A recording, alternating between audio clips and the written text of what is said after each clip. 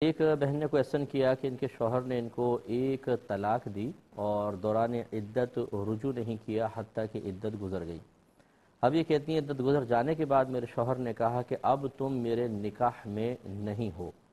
تو کیا اس جملے سے مزید کوئی طلاق واقع ہوگی یا نہیں ہوگی؟ دیکھیں،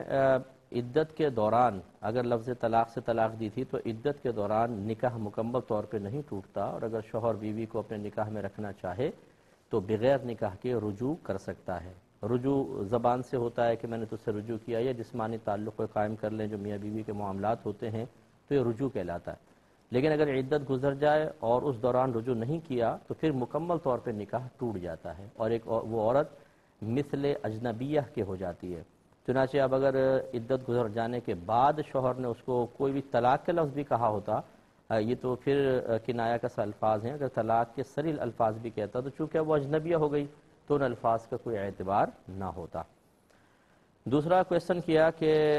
ہمارے ہاں مردے کو دفن کرنے کے بعد جب لوگ واپس گھر میں آتے ہیں تو میت کے گھر والے دعوت کرتے ہیں، کھانا کھلاتے ہیں، اس کا کھانا کیسا ہے؟ دیکھیں، دو چیزیں ہوتی ہیں، ایک تو دعوت میت کہلاتی ہے، اس کا مطلب ہے کہ بلانا، باقاعدہ انوائٹ کرنا کھانے پر، کہ بھئی گھر میں کھانا رکھا ہے مردے کا، آپ لوگ آئیں، فون کر کے، کال کر کے، میسیجز کے ذریعے انویٹیشن بھجوایا جائے کسی کو۔ یہ دعوت میت تو بدعت سیئہ ہے، یعنی یہ اسی کے تحت آئے گی، کل بدعت ضلالہ وکل ضلالۃ فی النار، ہر بدعت گمراہی ہے اور ہر گمراہی جہنم میں لے جانے والی ہے۔ کیونکہ علماء نے فرمایا کہ دعوت کا جو تصور شریعت نے دیا ہے وہ خوشی کے موقع پر دیا ہے، نہ کہ غم کے موقع پر، تو یہ تو خلاف شرع ہوگا۔ ایک ہوتا ہے کہ دعوت نہیں ہوتی، لیکن جو مہمان گھر پہ آتے ہیں، جیسے دور دراز سے بھی آتے ہیں، بہت سے ایسے ہوتے ہیں جو قریبی رشتہ دار ہوتے ہیں تو صبح سے گھر میں ہی ہیں،